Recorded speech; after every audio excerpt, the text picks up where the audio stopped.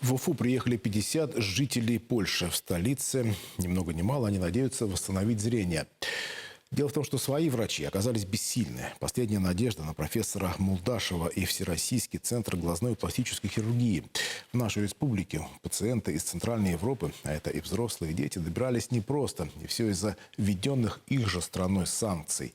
Об уникальных операциях и настоящей дружбе народов. Репортаж Алины Зинатуллиной.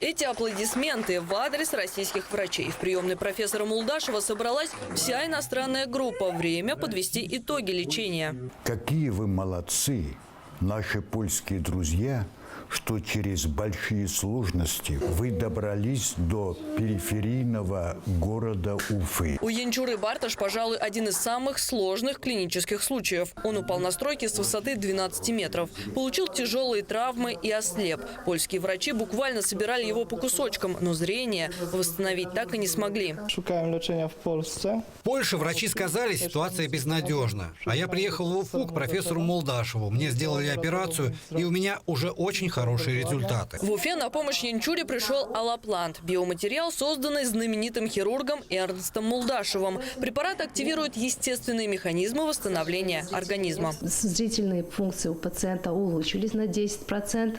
В данный момент он ходит сам, хорошо себя чувствует. У него после травмы чуть-чуть птоз верхнего века осталось правого глаза, который, я думаю, скоро можно и исправить. И 7-летний Фабиан словно ожил. Еще неделю назад он почти не двигался, а теперь не может усидеть на месте. Диагноз ребенка – ДЦП и атрофия зрительного нерва. В Уфимском центре ему помогли с помощью аллопланта. Препарат ввели в зрительный нерв и биологически активные точки тела. И сыну 3-й раз уже делали процедуры, в том числе лечение аллоплантом. Он начал разговаривать, двигаться, ну и, конечно, улучшилось зрение. Атрофированный нерв начал восстанавливаться. К слову, лечение в центре комплексное. Направлено оно не только на очаг болезни, но и на укрепление всего организма. В сферической камере пациент погружается в состояние полного расслабления благодаря воздействию света, цвета и звука. Такой подход помогает усилить естественные регенеративные возможности организма. В нынешних политических условиях путь поляков в Россию непрост. Они собираются со всей Европы, на автобусе добираются до Калининграда, а дальше в Уфу.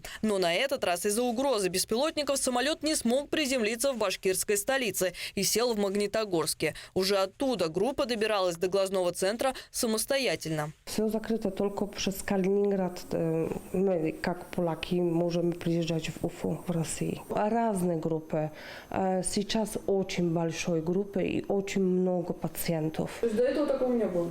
19 пациентов не было. Это первый раз, да. Путь сложный, но многие иностранцы готовы его преодолевать, потому что знают, в России работают офтальмологи с мировым именем, а в Уфимском центре помогают даже безнадежным пациентам. Поляков много, чехи, там болгары, сербы, кого только нет.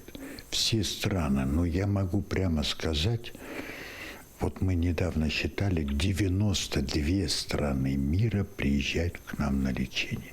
И вообще-то приезжают на лечение в периферийный город Уфу. Многие пациенты вернутся сюда еще не раз. Лечение препаратом аллоплант не панацея и требует регулярности. Ну а пока теплые объятия с доктором. Ведь именно здесь тьма в глазах уступила место свету. И этот свет они увезут домой.